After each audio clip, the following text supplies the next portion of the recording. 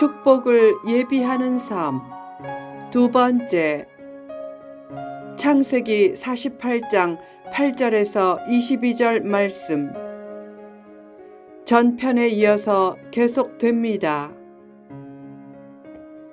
요셉은 진중히 행해져야 할 안수에서 아버지가 오른손을 므낫세의 머리가 아닌 에브라임의 머리에 얹은 것을 옳지 않게 여겼다. 그래서 아버지가 임종을 앞둔 상황에서 정신이 없어 실수했을 수도 있고, 또한 장자인 므낫세가 마음의 상처를 입을 것도 염려해서 아버지의 손을 들어 에브라임의 머리에서 므낫세의 머리로 옮기며 말했다. 아버님, 그리 마시고 오른손을 장자의 머리에 얹으소서. 그때 야곱이 말했다. 나도 안다, 내 아들아, 나도 안다. 그도 한 족속이 되며 그도 크게 되려니와 그의 아우가 그보다 큰 자가 되고 그의 자손이 여러 민족을 이루리라. 야곱은 정신이 혼미해서 실수로 잘못 안수한 것이 아니라 의도적으로 그렇게 했다면서 므낫세도 크게 되지만 에브라임은 더욱 크게 된다고 말했다. 20대 청년인 므낫세에게 상처가 될 수 있는 말이었지만 그냥 솔직하게 말했다. 야곱이 축복 대상을 바꾼 이유를 성경은 언급하지 않는다. 아마 에브라임이 평소에 더 장자다운 모습과 행동을 보인 것이 이유였을 것으로 추정된다. 그처럼 축복 대상은 얼마든지 바뀔 수 있다.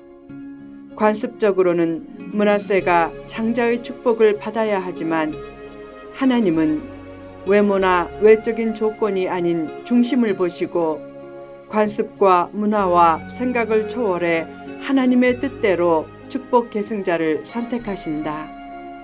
중요한 것은 하나님의 뜻과 마음에 합당하도록 지금 헌신하는 것이다. 누가복음 15장을 보면 탕자가 다 잃고 아버지에게 돌아온다. 아름다운 장면이지만 한편으로는 아쉽다. 다 잃기 전에 하나님께 돌아오면 얼마나 좋은가. 건강할 때, 잘 될 때, 그리고 있을 때 좋은 일을 하고 지금 자신이 가진 것으로 헌신하면서 소외된 의인의 눈물을 닦아주고 선교 사역의 필요에도 응답하며 살라. 앞서서 헌신하는 꿈을 품고 나아가면 축복 대상에서도 앞설 것이다. 복을 위한 기복적인 기도나 예언 기도에 매달리지 말고 지금의 내 헌신이 복받는 최대의 예언적 행동임을 잊지 말라. 3. 축복 언어. 야곱은 축복할 때 먼저 하나님의 이름을 찬양한 후 요셉의 아들들에게 복을 주어 그들이 존귀한 존재로 칭해지고 세상에서 번성의 은혜가 있기를 원한다고 했다. 축복의 첫 단계는 하나님께 감사하고 찬양하는 것이다. 감사는 더 많은 복을 이끌어내는 최상의 지렛대다. 특히 자녀를 축복할 때는 믿음의 계승을 위해 기도하며 축복하라. 남을 많이 축복해주면 그 축복이 나의 축복으로 돌아온다. 한국에서 하나님이 너를 세종대왕이나 이순신 장군처럼 되게 하실 거야 라고 하면 그 말에는 세종대왕이나 이순신 장군이 최고의 인물이란 뜻이 내포되어 있다. 야곱은 하나님이 에브라임과 므낫세도 그런 축복의 표상으로 삼기를 원하신다고 했다. 그 축복의 말을 듣고 에브라임은 물론 장자의 축복권을 잃을 느낌을 가졌던 므낫세도 마음의 상처를 극복하고 복된 존재로 살겠다는 사명감을 새롭게 했을 것이다. 두 손자를 축복한 후 야곱은 요셉에게도 하나님이 너희와 함께 계신다 라는 동행의 축복, 너희를 인도해 조상 땅으로 돌아가게 하신다 라는 회복의 축복, 내게 내 형제보다 세겜 땅을 더 주었다 라는 기업의 축복에 관해 말했다.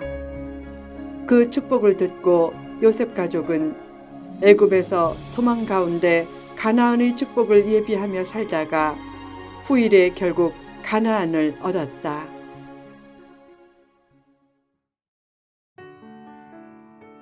축복 언어는 축복을 이끌어내는 핵심 요소다. 남에게 혹은 후대에게 축복의 말을 지혜롭게 잘 해주면 그 말대로 된다.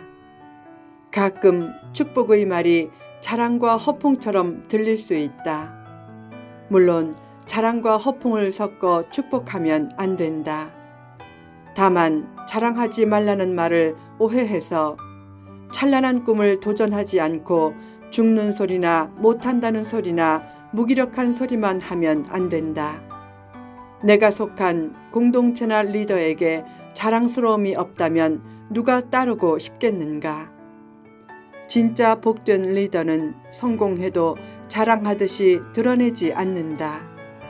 다만 리더가 죽겠다는 소리, 안 된다는 소리, 희망이 없는 소리를 하면 안 되기에 때로는 자기 성취의 일부라도 드러내어 팔로워가 자부심을 갖게 해주면서 지혜롭게 축복해 주어야 한다.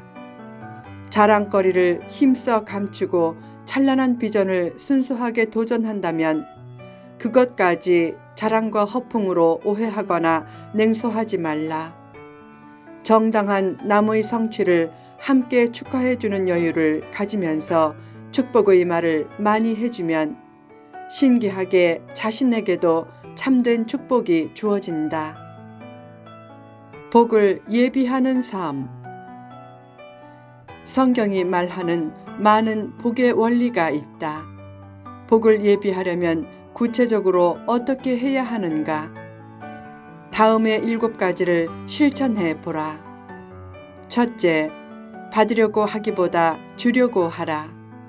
어린아이는 밥 달라, 사달라, 용돈 달라 라고 하면서 주로 달라고 하지만 크면 달라고만 하지 않고 줄 생각을 더 하게 된다.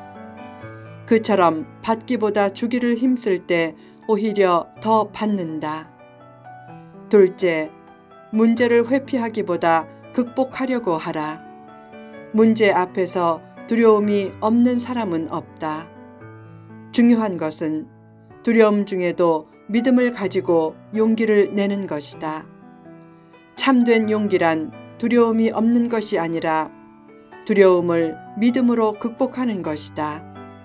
감정보다 의지를 앞세워서 어려운 환경만 바라보지 말고 그 환경으로 이끄신 하나님의 손길을 바라보라. 셋째, 의무에만 충실하지 말고 책임감을 가지라. 어렸을 때는 시키는 일만 하지만 크면 점차 능동적으로 일감을 찾아 일한다. 그때 생각지 않은 축복이 다른 곳에서 찾아온다. 룻은 의무 이상으로 시어머니에게 효도해서 비천함을 극복하고 메시아 조상의 일원이 되었다. 의무 이상의 책임을 지려고 할 때 현세와 내세에 복이 넘치게 임한다. 넷째, 정죄하기보다 이해하는 습성을 키우라. 어릴 때는 자기 눈의 들보는 보지 못하고 타인 눈의 티끌만 본다. 아이는 깊은 생각도 없이 부모에게 잘 고자질하지만 성숙해지면 점차 이해하고 감싸는 능력이 커진다. 의가 없으면 공동체가 무질서해지기에 겉으로는 단호하게 의를 세우면서도 속으로는 감싸주라. 감싸주는 사람을 하나님이 감싸주신다. 다섯째, 하나만 생각하지 말고 크게 생각하라. 세상에서 제일 무서운 사람은 책 한 권만 읽은 사람이다. 믿음 생활에서도 한 번 체험한 사람이 겁난다. 무엇이든지 하나만 보고 속단하지 말고 전체를 통전적으로 보라. 하나님이 두 귀를 주신 것은 한쪽 말만 듣고 속단하지 말고 양쪽 말을 잘 들으라는 뜻이고, 두 눈을 주신 것도 균형적으로 보라는 뜻이다. 여섯째, 소원을 빌지만 말고 소원을 위해 땀을 흘리라. 기본적으로 간구하는 모습보다는 감사하는 모습을 앞세우라. 기적이나 행운을 바라면서 그냥 기다리지 말고 기도와 함께 불철주야 노력을 기울이고 땀을 흘리라. 기도 시간은 달라고 하는 시간만이 아니다. 기도 시간은 땀을 흘리는 에너지와 일을 잘하는 지혜도 받는 시간이다. 일곱째, 축복의 말을 많이 해주라. 잠언 6장 2절에 이런 말씀이 있다. 내 입의 말로 내가 얽혔으며 내 입의 말로 인하여 잡히게 되었느니라. 말한 대로 된다. 더 나아가 말한 것 이상으로 된다. 내 안에 내재된 영적인 권세도 말을 통해 흘러나온다. 창조적인 혀의 능력을 유용하게 사용하라. 세상을 이기는 믿음이 내 안에 있고 내 입술 안에 있다. 말을 쉽게 함부로 하지 말라. 유머도 고급스럽고 사려 깊게 하라. 웃기려고 한 유머가 울릴 때도 많다.